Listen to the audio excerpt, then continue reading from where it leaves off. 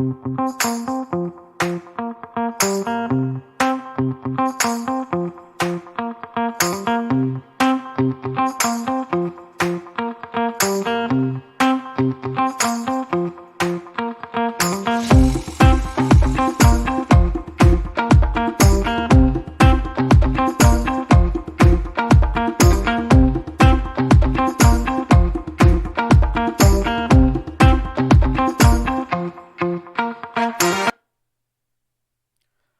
student, welcome to Jeffna Education YouTube channel. இந்த காணொளி மூலம் தரம் 5 மாணவர்களுக்கான விசேட மாதிரி பரீட்சை ஒன்றினுடைய முதலாவது வினாப்பத்திரத்தின் ஒரு தொடக்கம் 20 வரையான வினாக்களையும் அவற்றுக்கான விடைகளையும் நுட்பங்களையும் காண இருக்கின்றீர்கள். 2024ஆம் ஆண்டு பிரபப்பரிசில் பரீட்சைக்கு தோற்ற இருக்கின்ற மாணவர்களுக்கான விசேட மாதிரி பரீட்சை எங்களால் 10 வினாத்தாள் தொகுதிகள் பாடசாலைகளுக்கு வழங்கப்பட்டுள்ளன. அவற்றில் முதலாவது விசேட மாதிரி பரீட்சையினுடைய முதலாவது வினாத்தாளின் விடைகளை இந்த காணொளி மூலம் நீங்கள் அவதானிக்க இருக்கின்றீர்கள். பிள்ளைகளே, எங்களுடைய காணொளிகளை அவதானித்து இலகுவான வழிகளையும் அவற்றுக்கான நுட்பங்களையும் அறிந்து இறுதி பரீட்சையிலே அதிகூடிய புள்ளிகளை பெறுவதற்கு முயற்சி செய்யுங்கள். கடினமான பயிற்சி, இலகுவான பரீட்சை. வாருங்கள் பிள்ளைகளே, வினாக்களையும் அவற்றுக்கான விடைகளையும் அவதானிப்போம். வினா இலக்கம் 1. கீழே தரப்பட்டுள்ள உருவை பற்றிய சரியான கூற்று யாது? இங்கே ஒரு படம் தரப்பட்டிருக்கின்றது. இந்த உருவை நீங்கள் முழுமையாக அவதானிக்க வேண்டும். இந்த படத்துடன் தொடர்பட்ட சரியான கூற்றை தெரிவு செய்ய வேண்டும். முதலாவது விடை, சிறுவர்கள் பந்தை உதைப்பதற்கு ஓடுகின்றார்கள். இங்கே பெரிய பந்து, ஆகவே இது காற்பந்து, உதைப்பந்து என்று சொல்லப்படும். ஆகவே பந்தை உதைப்பதற்கு ஓடுகிறார்கள் சரி போல இருக்கிறது. இரண்டாவது விடையையும் அவதானிப்போம். சிறுவர்கள் கூடைப்பந்து விளையாடுகிறார்கள். இது கூடைப்பந்து அல்ல, இது காற்பந்து. ஆகவே இரண்டாவது விடை தவறானது. சிறுவன் ஒருவன் மைதானத்தை விட்டு ஓடுகிறான். இங்கே சிறுவர்கள் மைதானத்துக்குள்ளே ஓடுகிறார்கள், மைதானத்தை விட்டு ஓடவில்லை. ஆகவே இந்த உருவுடன் சரியாக பொருந்துகின்ற வாக்கியத்தை நீங்கள் எடுத்து பார்த்தால் முதலாவது வாக்கியம், சிறுவர்கள் பந்தை உதைப்பதற்கு ஓடுகிறார்கள். இந்த கூற்றுத்தான் சரியாக மிக பொருத்தமாக பொருந்துகிறது. ஆகவே இந்த வினாவுக்கான விடை முதலாவது விடை. வினா இலக்கம் 2. உரு ஏஐ ஒத்த ஓர் உருவை பெறுவதற்காக உரு பியில் செய்ய வேண்டிய மாற்றங்களின் எண்ணிக்கை எத்தனை? இங்கே அவதானிக்க வேண்டும் பிள்ளைகளே, 2 உரு தரப்பட்டிருக்கின்றது. உரு ஏ, உரு பி. இங்கே ஏயில் மாற்றங்களை செய்ய முடியும் அல்லது பியில் மாற்றங்களை செய்ய முடியும். ஆனால் இங்கே கேட்கப்பட்டிருக்கின்றது ஒரு ஏஐ ஒத்த ஓர் உருவை பெறுவதற்காக பியில் எத்தனை மாற்றங்களை செய்ய முடியும்? பாருங்கள், ஒரு ஏபியை நாங்கள் முழுமையாக அவதானிக்க வேண்டும். பின்னர் பகுதி பகுதிகளாக அவதானிக்க வேண்டும். முதல்ல நீங்கள் என்ன செய்ய வேண்டும்னு சொன்னால் முழுமையாக அவதானிக்கும். இந்த படத்தை முழுமையாக அவதானிக்க வேண்டும். இந்த முழுமையாக அவதானிக்கின்ற பொழுது எந்த வேறுபாடும் தெரியவில்லை. அடுத்து பகுதிகளாக அவதானிக்க வேண்டும். உங்களுக்கு தெரியும், இவ்வாறான படங்கள் வருகின்ற பொழுது ஒவ்வொரு பகுதியாக இங்கே கண்ணை அவதானிக்கலாம், மூக்கை அவதானிக்கலாம், வாயை அவதானிக்கலாம், இங்கே தலைமயிரை அவதானிக்கலாம், தலையிலே கட்டப்பட்டிருக்கின்ற இந்த பேள் போன்ற இந்த கிளிப் போன்ற இந்த விடயங்களை அவதானிக்கலாம்.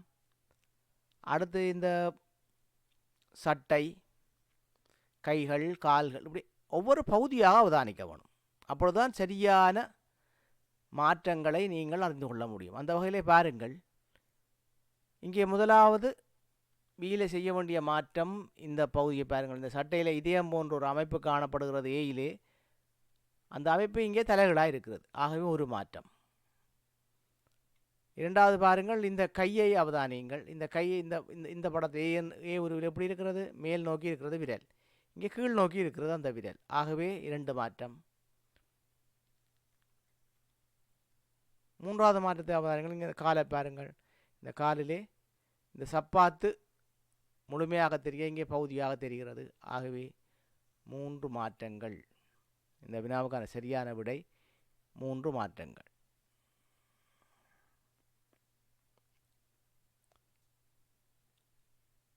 3, 4 ஆகிய வினாக்களில் கட்டத்தினுள் உள்ள போக்குவரத்து சாதனங்களை அவதானித்து விடையை தெரிக. இங்கே 5 போக்குவரத்து சாதனங்கள் காட்டப்பட்டிருக்கின்றன.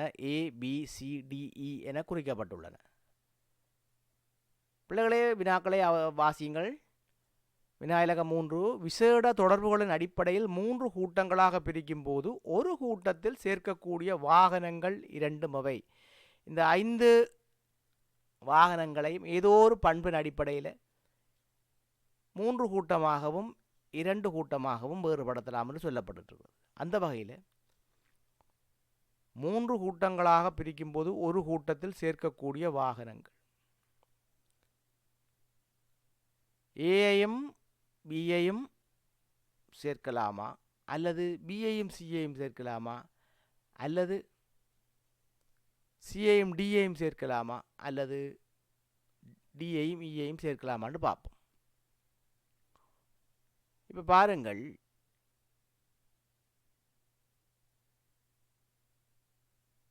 ஏயும் டியும் முதலாவது விடை.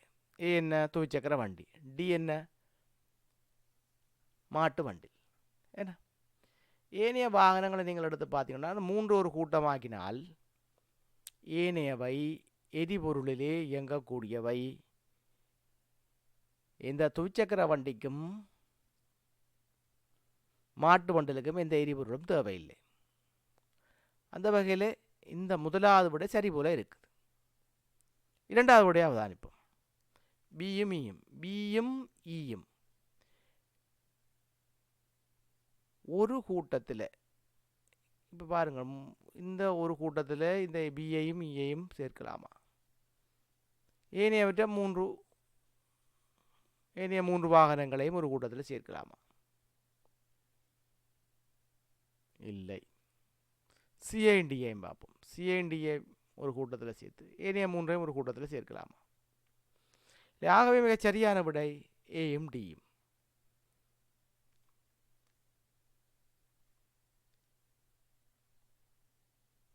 வினா இலக்கம் 4 அவதானிகள் பிள்ளைகளே. விசேட தொடர்புகளின் அடிப்படையில் 2 கூட்டங்களாக பிரிக்கும் பொழுது 2 கூட்டத்திலும் சேர்க்காமல் தவிர்க்கக்கூடிய வாகனம்.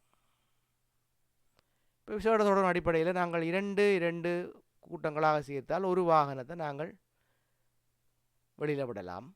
அந்த வகையில் 2லும் சேர்க்க முடியாத அல்லது தவிர்க்கக்கூடிய வாகனம் எது என்று நீங்கள் அவதானித்தால் பாருங்கள். பி. பி என்ன? புகையிரதம். சி தீயணைப்பு வாகனம். இ ஆம்புலன்ஸ். விசேட தொடர்புகளின் அடிப்படை 2 கூட்டங்களாக பிரித்தால் இங்கே பாருங்கள், ஏயையும் டியையும் ஏற்கனவே நாங்கள் 2 கூட்டத்தில் அடக்கலாம். 2 கூட்டத்தில் அடக்கலாம். ஏன்?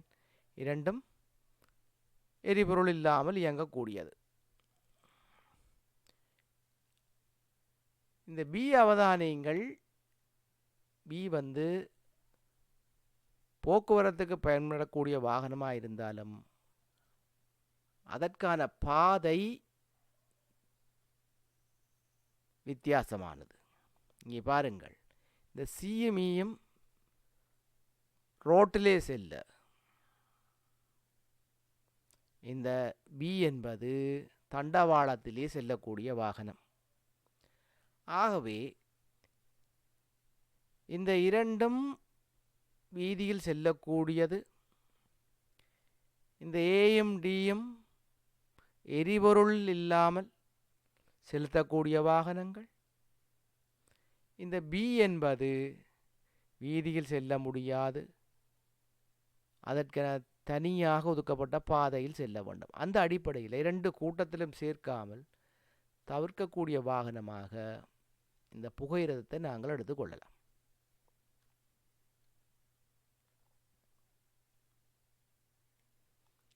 வினா இலக்கம் 5 பிள்ளைகளே அவதானியுங்கள். வினாவை நன்கு வாசியுங்கள். கீழே காட்டப்பட்டுள்ள நீர் நிரம்பிய குவளைகளை நீர்மட்டம் கூடிச் செல்லும் ஒழுங்கில் காட்டுவதற்கு குறைந்தது எத்தனை குவளைகளை நகர்த்த வேண்டும்? இங்கே நீங்கள் அவதானிக்க வேண்டிய விடயம் காட்டுவதற்கு என்ன, கீழே காட்டப்பட்டுள்ள நீர் நிரம்பிய குவளைகளை, இங்கே பாருங்கள், நீர் நிரம்பிய குவளைகள், இங்கே இந்த பகுதியில் நீர் காட்டப்பட்டிருக்கிறது, இங்கே முழுமையாக காட்டப்பட்டிருக்கு, இங்கே இந்த பகுதி இதுவரையும். ஆகவே நீர் மட்டம் கூடி செல்லும் ஒழுங்கில் காட்டுவதற்கு தான் என்ன, நீர்மட்டம் கூடி செல்லும் ஒழுங்கில் காட்டுவதற்கு குறைந்தது எத்தனை குவளைகளை நகர்த்த வேண்டும்? இவ்வாறான வினாக்கள் வரைகளை நீங்கள் கொஞ்சம் அவதானமாக இருக்க வேண்டும். இதில் 2 வகையான வினா கேட்கப்படுவது உண்டு. எத்தனை குவளைகளை இடம் மாற்ற வேண்டும், எத்தனை குவளைகளை நகர்த்த வேண்டும் போன்ற வினாக்கள் வருவதுண்டு. அந்த வகையில் இந்த வினாவுக்கான விடை இங்கே கொடுக்கப்பட்டிருக்கு பாருங்கள். குறைந்தது ஒன்றை நகர்த்தினால் போதுமானது. குறைந்தது ஒன்றை நகர்த்தினால் போதுமானது. எவ்வாறு பாருங்கள், இந்த 2வதாக உள்ள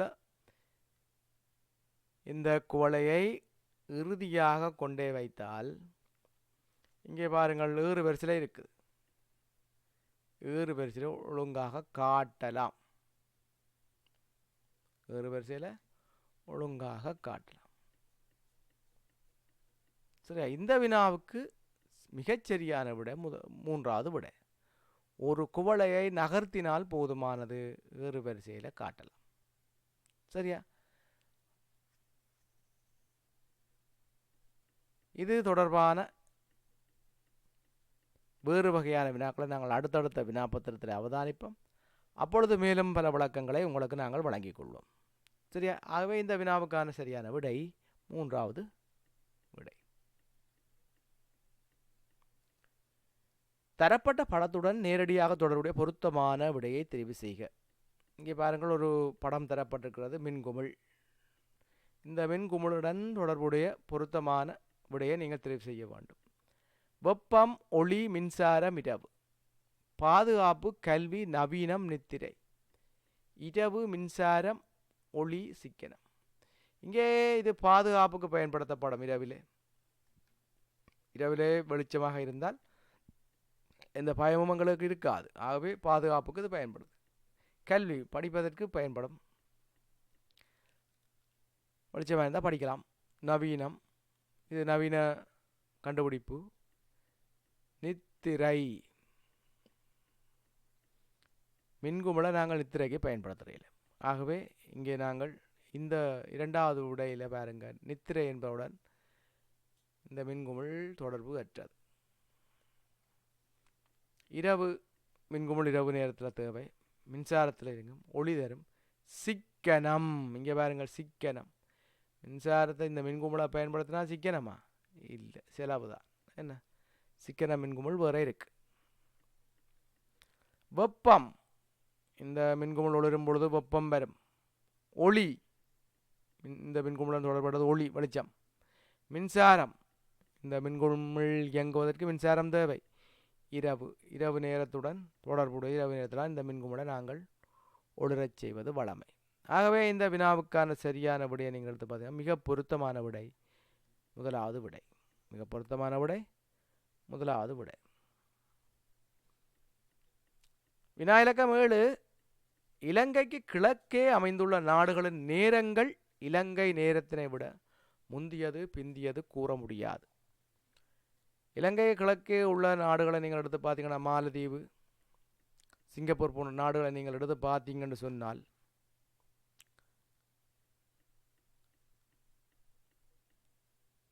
இலங்கை நேரத்தினை விட அந்த நாடுகளுடைய நேரங்கள் முந்தி காணப்படும். கிழக்கே அமைந்திருக்கின்றது நாடுகள்.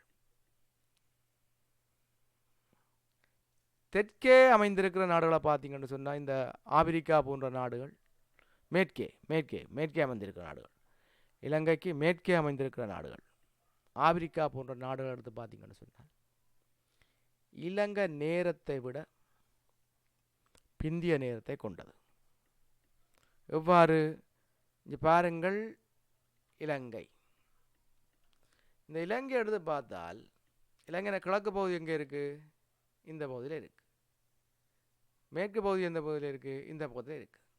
இப்போ பாருங்கள், சூரியன் எங்கே உதிக்கும்? சூரியன் இந்த கிழக்கு திசையிலான் உதிக்கும். இப்போ சூரியன் கொஞ்சம் கொஞ்சமாக கிழக்கு திசையில் உதிச்சு கொஞ்சம் கொஞ்சமாக மேலே மேலே வரும். அப்போ முதல்ல பார்த்தீங்கன்னு சொன்னால் சூரியன் எங்கே தெரியும்னு சொன்னால் கிழக்க உள்ள நாடுகளில் தான் முதல்ல சூரியன் தெரியும். ஆகவே அங்கே நேரம் தொடங்கிடும். இப்போ காலை 6 மணி என்று சொன்னால் ஒரு நாட்டில் இலங்கைக்கு இனித்தான் 6 மணி ஆகும்னா சூரியன் இனித்தான் இலங்கையை நோக்கி வரும். என்ன இப்போ இலங்கையில் எப்போ தெரியும்? இந்த நாடுகளில் தெரிஞ்ச பிற்பாடு தான் இலங்கையில் தெரியும். ஏன்னா கொஞ்சம் கொஞ்சமாக மேலிழந்து வரையில பிறகு தான் தெரியும். ஆகவே இந்த கிழக்கு பகுதியில் இருக்கிற நாடுகளில் முதலே நேரம் தொடங்கிடும். அப்போ 6 மணி, இங்கே 6 மணியாக இருக்கேக்குள்ள நிச்சயமாக இலங்கையில் 6 மணியை விட குறைவாக தான் இருக்கும். ஆகவே கிழக்கே உள்ள நாடுகளில் நேரம் முந்தி தான் இருக்கு. இப்போ பாருங்கள், கிழக்க உள்ள நாடுகளில் சூரியன் இப்போ இருக்குன்னு சொன்னால் இப்போ மேற்க உள்ள நாடுகளில் இப்போ உடனடியாக 6 மணியாக இருக்காது. இப்போ 6 மணியாக இங்கே 6 மணியாக இருக்காது. இனி கொஞ்சம் கொஞ்சமாக சூரியன் உதித்து வரைக்குள்ள தான் என்ன இங்கே விடிய தொடங்கும் மேற்க உள்ள நாடுகளில். ஆகவே அந்த நாடுகளை பார்த்திங்கன்னா நேரம் பிந்தி தான் காணப்படும். இலங்கை நேரத்தை விட உப்படைக்கு. சரி, ஆகவே இந்த சூரியனை மையமாக வச்சு கேட்கப்பட்டிருக்கு இந்த வினா. என்ன இது இங்கே உள்ள சிந்தனை என்னன்னு சொன்னால் சூரியன் எங்கே முதல்ல உதிக்குதோ அங்கே நாடுகள் முந்தி, அங்கே நாடுகளில் உள்ள நேரம் முந்தி இருக்கும். சரியா? அது தெரிஞ்சா சரி. சரியா?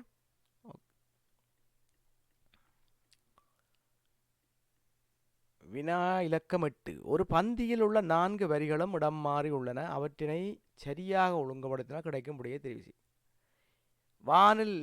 வானில் பறந்து சென்றது.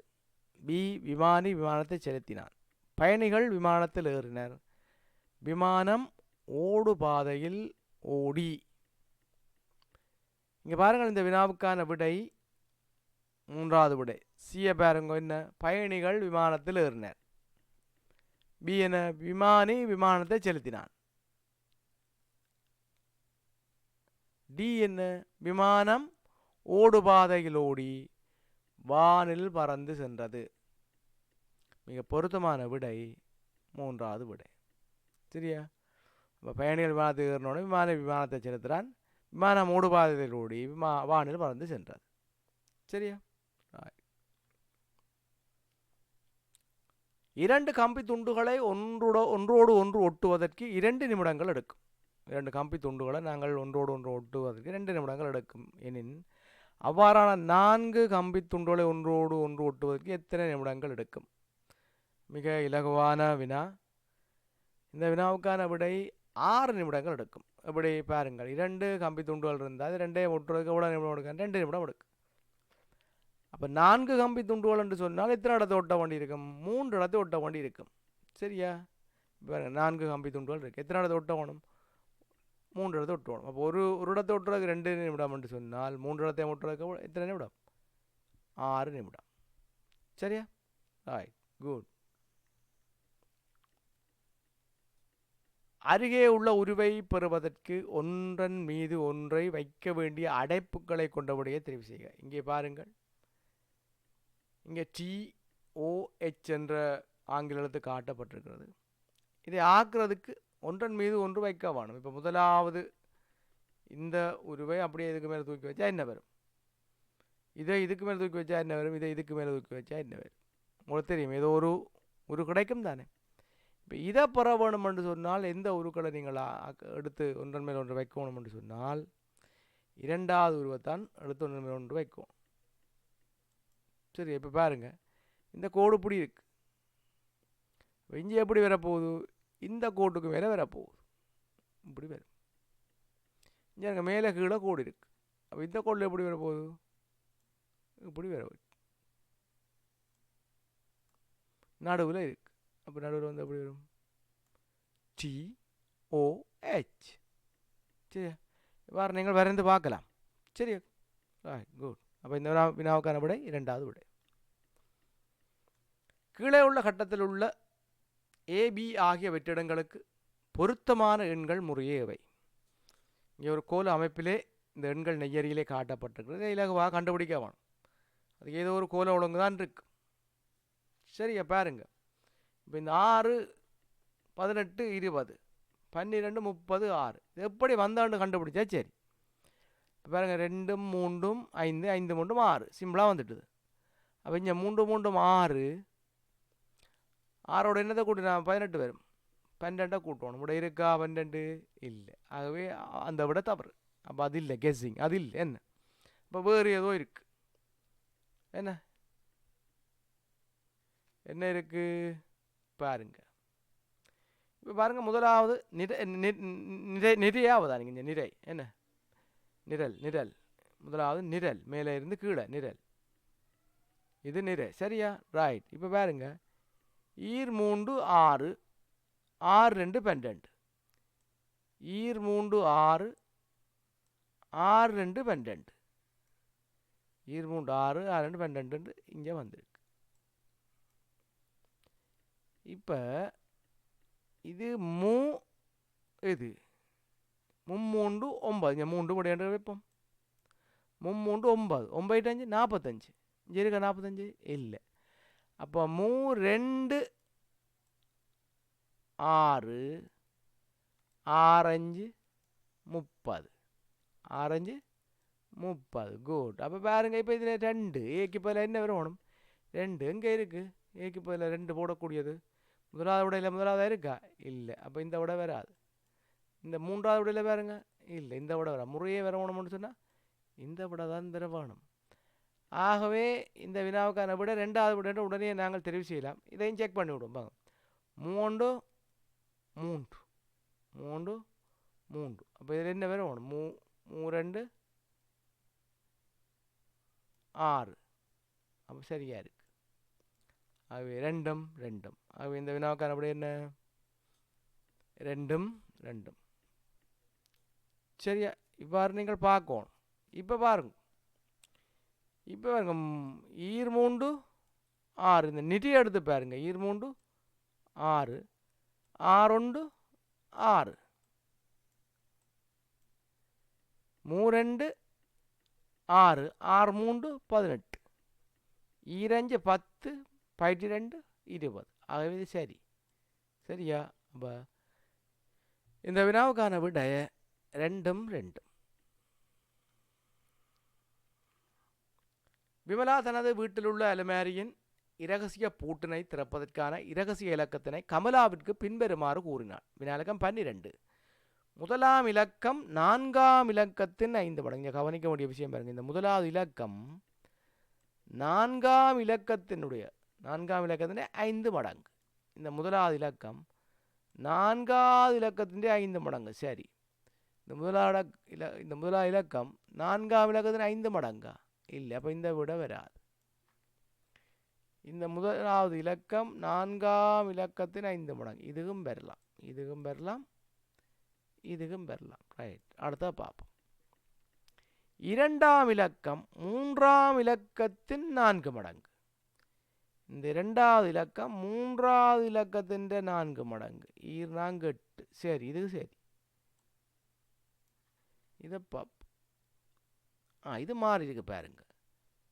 2ஆவது இலக்கம் 3ஆவது இலக்கத்தின் 4 மடங்கோ இல்லை. இது 4 மடங்கு குறைவாக இருக்குது.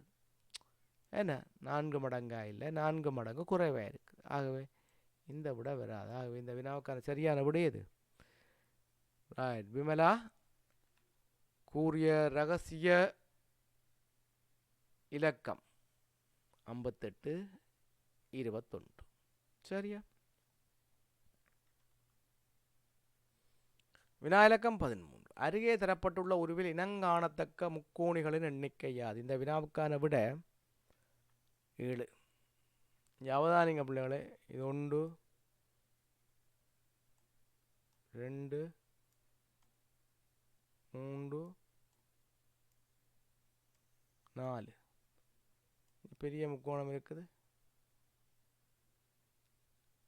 5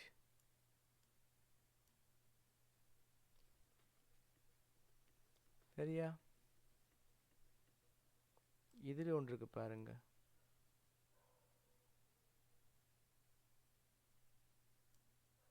ஆர் இதில் ஒன்று இருக்கு பாருங்க,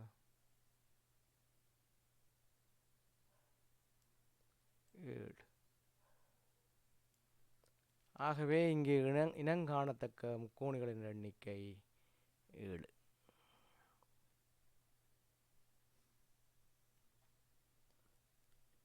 வினாயிலக்கம் 14. மைதானம் ஒன்றில் ஆண் அடுத்து பெண் என்ற ஒழுங்கில் மாணவர்கள் அருகருகே நின்றனர். இதில் பரத்தின் வலதுகை பக்கத்தில் 8 பேரும் இடதுகை பக்கத்தில் 4 பேரும் நின்றனர். இறுதியில் விமலன் நின்றானின் அவ்வரிசையில் நடுவில் நிற்பவர் யார்? இங்கே நீங்கள் அவதானமாக இருக்க வேண்டிய விஷயம் பாருங்க பிள்ளைகளே. இப்போ பரத் நிற்கிறார் என்று சொன்னால் அவரோட வலதுகை பக்கம் ஆண் பெண், பாய்ஸ் கேர்ள்ஸ் என்று போட்டிருக்கிறேன். ஆண் பெண் என்ன எத்தனை பேர் நிற்கிறோம்? 8 பேர் நிற்கிறோம்.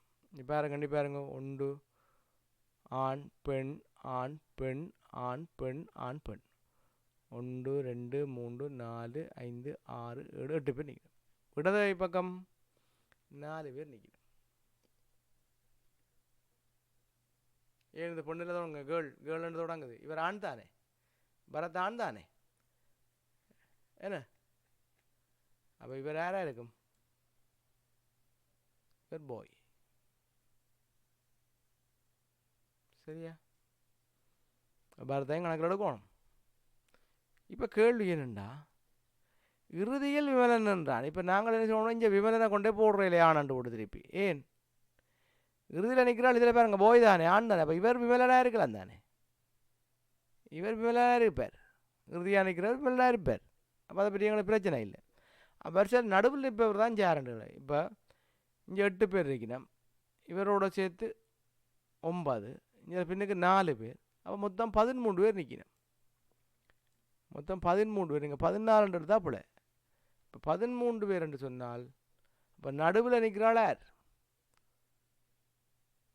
7வது ஆள் தான் நடுவில் நிற்கும். ஏன்னா முன்னுக்கு 6 பின்னுக்கு 6. அப்போ 1 2 3 4 5 6 7. இந்த 7வது ஆள் யார்? பாய், ஆண். என்ன ஆரா? ஆண். ஆகவே இந்த வினாவுக்கான விடை என்ன? ஆண். ஆண் பிள்ளை தான் நடுவில் நிற்கும். சரியா? வினாயிலக்கம் 15. மாணவன் ஒருவன் காலை நேரம் ஒன்றில் நூலகத்தில் இருந்து கடைக்கு செல்லும் போது சூரியன் அவனது வலதுகை பக்கம் தெரிந்தது எனின் கடைக்கு எந்த திசையில் நூலகம் அமைந்துள்ளது? மிக இலகுவான அடிப்படை. ஆகவே இந்த முதலாவது வினாப்பத்திரத்தில் பல வினாக்கள் உங்களுக்கு இலகுவாக இருக்கும். ஆனால் சின்ன சின்ன விஷயங்களை நீங்கள் வடிவாக கவனிக்க வேணும். கவனித்தா தான் சரியான விடையை அணுகி கொள்ள முடியும். சரியா? இப்போ பாருங்கள், இந்த வினாவுக்கான விடை இப்போ பாருங்கள், நூலகத்தில் இருந்து கடைக்கு செல்லும் போது, அப்போ நூலகம் இங்கே இருக்குன்னு சொன்னால் அவர் கடைக்கு செல்லிக்கல அவருடைய நிழல் வலது கை பக்கம் விழுதுன்னு சொன்னார். அப்போ அவர் என்ன செய்யணும்னு சொன்னால் வடக்கில் இருந்து தெற்குக்கு வர போகணும். என்ன எப்போவுமே ஒரு படத்தில் மேல் பகுதி எங்கே என்ன இருக்குது? மேலே இப்படி காட்டுற திசையில் மேல் பகுதி இது வடக்கு இருக்கு. சரியா? அப்போ வடக்கில் இருந்து தெற்குக்கு இவர் வந்தால் தான், தெற்கு நோக்கி சென்றால்தான் இவற்றை வலது கை பக்கம் இதான் வலது கை. சரியா? இவருடைய வலது கை இதான் அவருடைய வலது கை. ஏன் தான் வலது கை பக்கம், இது இடது கை பக்கம். எஞ்சில் பார்த்து கொண்டிருக்கிறார். ரைட். அப்போ சூரியன் இந்த பகுதியில் இருக்கும் கிழக்கு திசை. என்ன இந்த பகுதி கிழக்கு தானே, கிழக்கு திசையில் இருக்கும். அப்போ தான் இவற்றை நிழல் எங்கே தெரியும்? வலது கை பக்கத்தில் தெரியும். அப்போ இவர் எங்கே போகணும்? தெற்கு நோக்கி போகணும். தெற்கு நோக்கி போனால் தான் அவற்றை நிழல் வலது கை பக்கம் போகும். இப்போ கேட்ட கேள்வி என்ன எனின் கடைக்கு எந்த திசையில்? கடைக்கு எந்த திசையில் தான் கேட்டிருக்குது. நூலகத்திற்கு கடை எந்த திசை என்று கேட்கல. கடைக்கு எந்த திசையில் நூலகம் இருக்கு? வடக்கு திசையில் இருக்கு. சரியா? கொஞ்சம் அவதானமாக விளங்கி செய்ய வழிகிட்டீங்கன்னு சொன்னால் இலகுவான விடையை அணுகி கொள்ளலாம். சரியா? அருகில் சுவரில் வரையப்பட்ட உருவானது முகம் பார்க்கும் கண்ணாடியில் தோன்றும் விதம். என்ன, ஏற்கனவே நாங்கள் இந்த வினாவுக்கு எப்படி விடைகளை அணுகிறது என்று சொல்லி பல காணொளிகளில் நாங்கள் வழங்கியிருக்கிறோம். அதையும் பார்த்து நீங்கள் தெளிவு பெற வேண்டும். இந்த உருவடக்கம் என்ன செய்யணும், பேப்பரை தூக்கி பார்த்தா பின்பக்கம் எது தெரியுதோ அதுதான் விடை உண்டு. ரெண்டாவது ஒரு அழிரசரில் டக்கண்டு இதை வரைஞ்சி போட்டு அச்சு பதிச்சால் அச்சு பதிக்கல எது தெரியுதோ அதுதான் விடை. சரியா? இப்போ இந்த உருவை நீங்கள் இந்த கோட்டோட இதில் மடிச்சிங்கன்னு சொன்னால் வரைஞ்சிக்கணுன்னா என்னை விட இந்த சமச்சீர அச்சா இதை நினச்சி கொண்டு இந்த கோட்டை அப்படி இதோடு நீங்கள் திருப்பினால் இந்த கத்திரிக்கோல் எப்படி திரும்பும், இப்படி திரும்புமா, இப்படி திரும்புமா, இப்படி திரும்புமா, நீங்கள் திருப்பி பார்க்கணும். இவ்வாறு தான் தோற்றமளிக்கும். ஆகவே முகம் பார்க்கும் கண்ணாடியில் இப்படி தான் தெரியும். சரியா? வளம் மாறி தெரியும். சரியா? மேலும் பல வினாக்களை நாங்கள் இது போல் வினாக்களை நாங்கள் இன்னும் பார்க்க இருக்கிறோம். அப்போ நீங்கள் சரியான விளக்கத்தை பெற்றுக்கொள்ள முடியும். சரியா?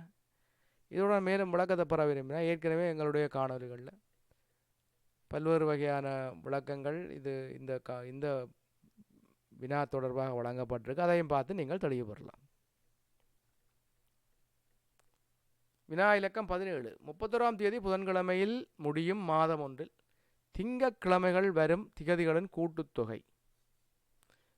திங்கட்கிழமைகள் வரும் திகதிகளின் கூட்டுத்தொகை யாது? 31ஆம் திகதி புதன்கிழமையில் முடியும் மாதம்.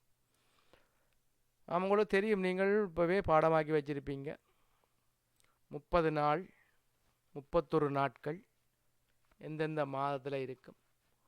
30 நாளில் முடிகிற மாதம் ஒன்று எந்த நாளில் தொடங்குதோ அதுக்கு அடுத்த நாளில் முடியும் வேண்டும். 31 நாள் என்று சொன்னால் எந்த நாளில் தொடங்குதோ அதுக்கு அடுத்தடுத்த நாளில் முடியும் வேண்டும். நீங்கள் இப்போ அறிஞ்சு வச்சிருப்பீர்கள். ஆனால் நேரடியாக அப்படி அந்த அவ்வாறு கேட்காமல் ரிவர்ஸில் அப்போ பின்பக்கத்தில் இருந்து கேட்கப்பட்டிருக்கு இந்த வினா. இப்போ பாருங்கள், இந்த வினாவுக்கான விடையை பாருங்கள். 75 எப்படி வந்தான்னு பார்ப்போம். இப்போ பாருங்கள், 31ஆம் தேதி புதன்கிழமையில முடியுதா? என்ன, அப்போ 31ஆம் தேதி புதன்கிழமை முடியுதான்னு சொன்னால் அதுக்கு முதல் நாள் என்ன? செவ்வாய்க்கிழமை. அதுக்கு முதல் நாள் என்ன? திங்கட்கிழமை. அப்போ செவ்வாய்க்கிழமை என்ன தேதி? 30ஆம் தேதி. திங்கட்கிழமை என்னது? 29. இப்போ ரிவர்ஸில் நாங்கள் போகணும். 29 7 கழிக்கும் 22. ஏன் திங்கட்கிழமையில் உள்ள நாட்களை தானே பார்க்க போகிறோம். 22 7 கழிங்க 15. 15 7 கழிங்க 8. 8 7 கழிங்க 1. இப்போ பாருங்க, இந்த திகதிகளில் திங்கட்கிழமைகள் வரும் 5 தடவை வரும். சரியா? இப்போ பாருங்க, பார்த்தால் 1 8 15 22 29 இவ்வளோத்தையும் கூட்டி பாருங்க, 75 என்ற விடை கிடைக்கும். இந்த திகதியோட கூட்டுத்தொகை 75. சரியா? ஆகவே இந்த வினாவுக்கான விடை 75.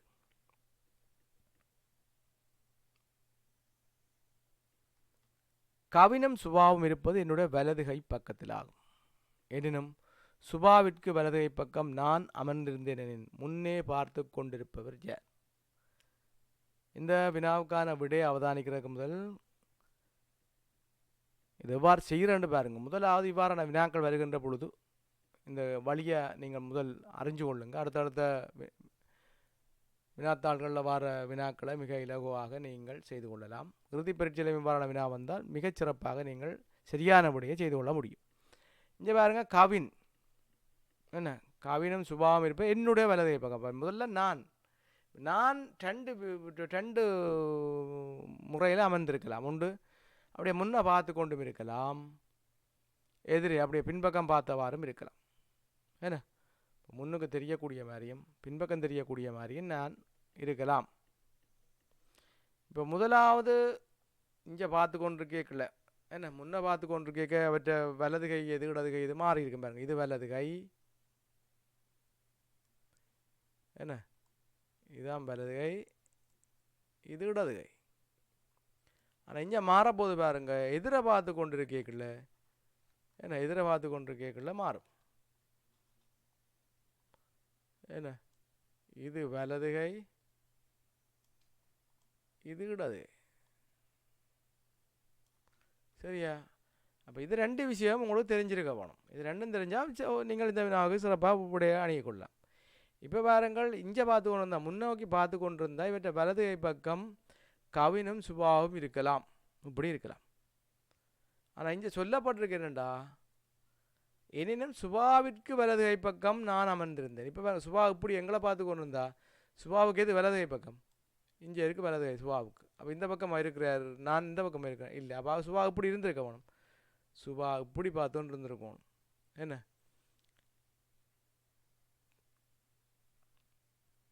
பின்னோக்கி இருந்திருந்தா தான் சுபாவுக்கு இது இப்போ இடது கை பக்கம், இதுதான் வலது கை பக்கம்.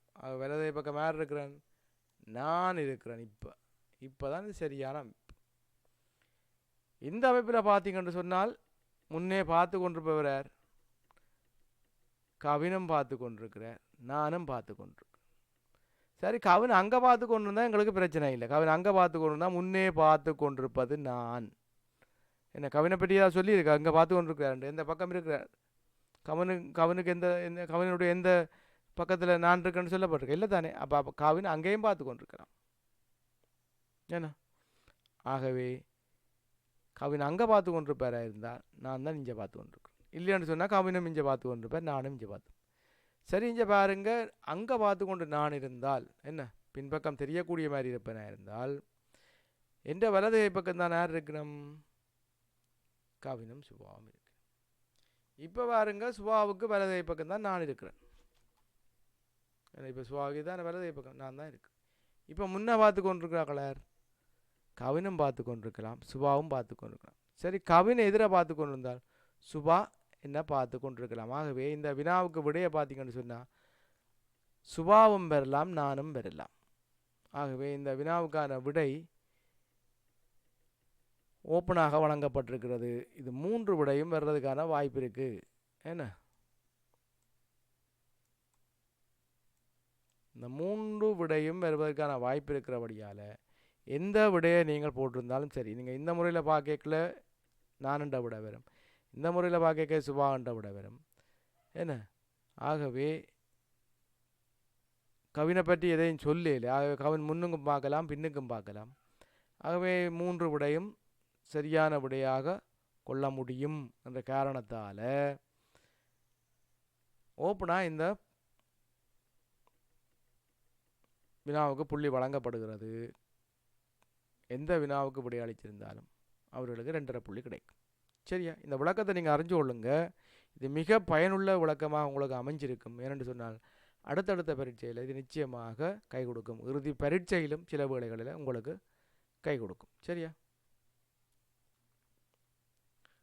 வினா இலக்கம் 19. படத்தில் சிறிய சதுரமுகி குற்றிகளால் ஆக்கப்பட்ட அமைப்பு காட்டப்பட்டுள்ளது. இதனை ஆக்குவதற்கு தேவையான சிறிய சதுரமுகி குற்றிகள் எத்தனை?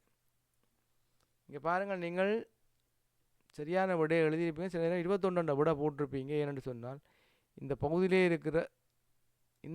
இருக்கிற குட்டியை சில நேரம் கவனத்தில் எடுக்காம விட்டுருப்பீங்க. இங்கே பாருங்கள், அடியில் உள்ள குட்டியோட முதலாவது ஆகிக்கும். இந்த வரிசை எடுத்து பார்த்தீங்கன்னு சொன்னால் இந்த வரிசை எடுத்து பார்த்தா 1, இந்த இதுக்கு பின்னால் 2, இதுக்கு பின்னால் 3 இருக்குது. ஆகவே இந்த வரிசையில் 3 இருக்கும், இந்த வரிசையில் 2 இருக்குது, இந்த வரிசையில் 3 இருக்குது, இந்த வரிசையில் 2 இருக்குது. இப்போ எழுதிட்டீங்கன்னா சுவம் உங்களுக்கு இந்த வரிசையில் 2 இருக்குது. சரியா? இந்த வரிசை எடுத்து பார்த்தா 3 இருக்குது, இந்த வரிசையில் எத்தனை இருக்குது? இது 1 தான், இதுவும் 1 தான் இருக்கும், இதுலேயும் 1 தான் இருக்கும், இதுலேயும் 1 தான் இருக்கும். இந்த வரிசையில் 2 இருக்குது, இந்த வரிசையில் 1 இருக்குது. இப்போ இவ்வளோத்தையும் கூட்டி விட்டால் உங்களுக்கு கிடைக்கிற விட 22. இவ்வளோத்தையும் கூட்டி விட்டால் உங்களுக்கு கிடைக்கிற விட 22. சரியா? அப்போ இவ்வாறான முறைகளை நீங்கள் இலவான முறைகளை பின்பற்றி கொள்ளவும். சரியா?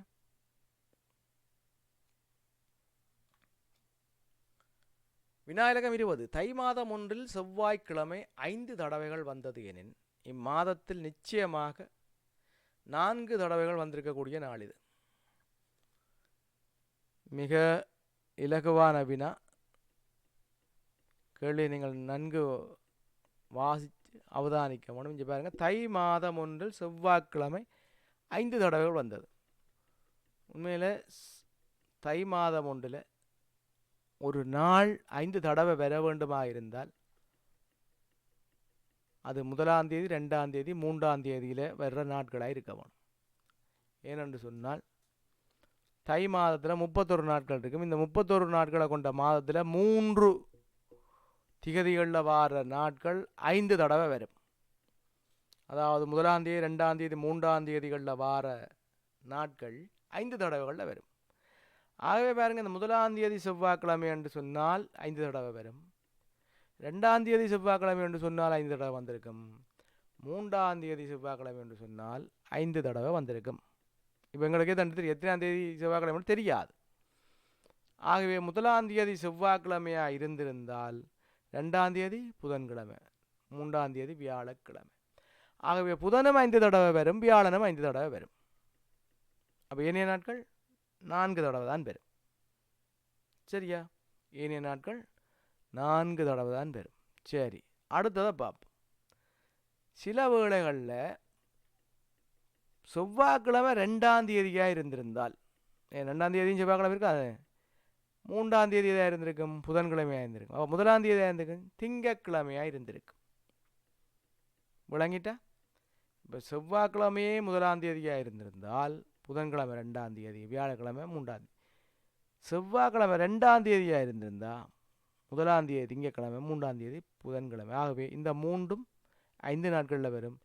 ஏனைய 4 நாட்களும் 4 நாட்களில் தான் வரும், 4 தடவைகள் தான் வரும். சரி, சில வேளைகளில் செவ்வாய்க்கிழமை 3ஆம் தேதியாக இருந்திருந்தால், இந்த 3ஆம் தேதியிலே செவ்வாய் வந்தாலும் 5 தடவைகள் வரும். அப்போ இதுக்கு முதல் என்ன நாள் வரும்? திங்கள். அதுக்கு முதல் ஞாயிறாக இருந்திருக்கும். ஆகவே இந்த நாட்கள் செவ்வாய்க்கிழமை 5 தடவை வரலாம், புதன்கிழமை 5 தடவை வரலாம், வியாழக்கிழமையும் 5 தடவை வரலாம். ஏன்? அது செவ்வாய்க்கிழமை வார திகதியை பொறுத்தது. 1ஆம் தேதி என்றால் புதனும் வியாழனும் 5 தடவை வரும். 2ஆம் தேதி என்று சொன்னால் புதனும் திங்களும் 5 தடவை வரும். 3ஆம் தேதி என்று சொன்னால் திங்களும் ஞாயிறும் 5 தடவை வரும். ஆகவே நிச்சயமாக 4 நாட்கள் வரப்போகிறது இந்த வெள்ளி. ஏனெண்டா இந்த 5 நாட்கள் வர்ற இந்த 3 திகதிக்குள்ளேயும் வெள்ளி வரையில் வந்திருக்கிற நாட்கள் இது திங்கள், செவ்வாய், புதன், வியாழன், ஞாயிறு. ஆகவே இந்த வினாவுக்கான விடை என்ன? வெள்ளிக்கிழமை கட்டாயம் 4 தடவை தான் வரும். சரியா? வெள்ளிக்கிழமை கட்டாயம் 4 தடவை தான் வரும்.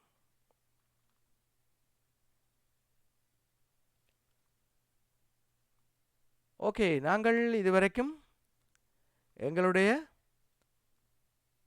விசேட மாதிரி பரீட்சை ஒன்றினுடைய முதலாவது வினாப்பத்திரத்தின் 1 தொடக்கம் 20 வரையான வினாக்களையும் அவற்றுக்கான இலகுவழியின் நுட்பங்களையும் அவதானித்திருந்தோம். பிள்ளைகளே, எங்களுடைய வினாப்பத்திரத்தில் பயிற்சிகளை பெறுங்கள். தவறுவிட்ட வினாக்களை மீண்டும் எழுதி சரியான விடைகளை குறித்து கொள்ளுங்கள். நிச்சயமாக இறுதி பரீட்சையிலே எங்களுடைய வினாத்தாள்கள் உங்களுக்கு அதிகூடிய புள்ளிகளை பெறுவதற்கு வழிகாட்டும். ஏற்கனவே கடந்த வருடத்திலே 14க்கும் மேற்பட்ட வினாக்கள் எங்களுடைய வினாத்தாள்களிலே இருந்து அதே மாதிரியாக வந்திருந்தன. ஆகவே இந்த வருடமும் எங்களுடைய பயிற்சி நிச்சயமாக இறுதி பரீட்சையிலே நீங்கள் அதிகூடிய புள்ளிகளை பெறுவதற்கு வழிகாட்டும். இதுவரையும் எங்களுடைய ஜெஃப்னா எஜுகேஷன் யூடியூப் சேனலை சப்ஸ்கிரைப் செய்யாதவர்கள் சப்ஸ்கிரைப் செய்து கொள்ளுங்கள். பெல் பட்டனையும் கிளிக் செய்து கொள்ளுங்கள். அப்பொழுதுதான் நாங்கள் வழங்குகின்ற வீடியோக்கள் உங்களை உடனுக்குடன் வந்து சேரும். இல்லம் தேடி வரும் இலவசமான கல்வி ஜெஃப்னா எஜுகேஷன் யூடியூப் சேனல் மூலம். கடினமான பயிற்சி, இலகுவான பரீட்சை.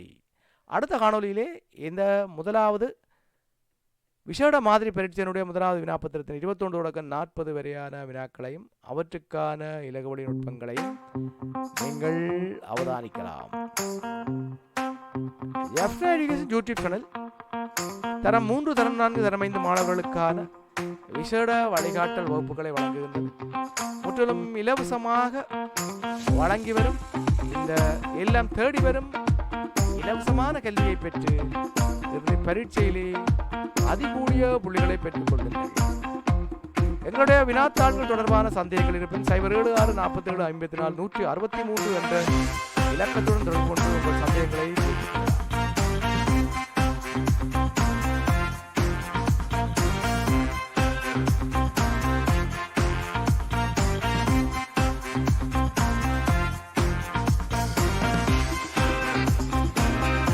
அடுத்த காணொலியில் உங்களை சந்திக்கும் வரை அன்பு வணக்கம் கூறி விடைபெறுகிறேன்.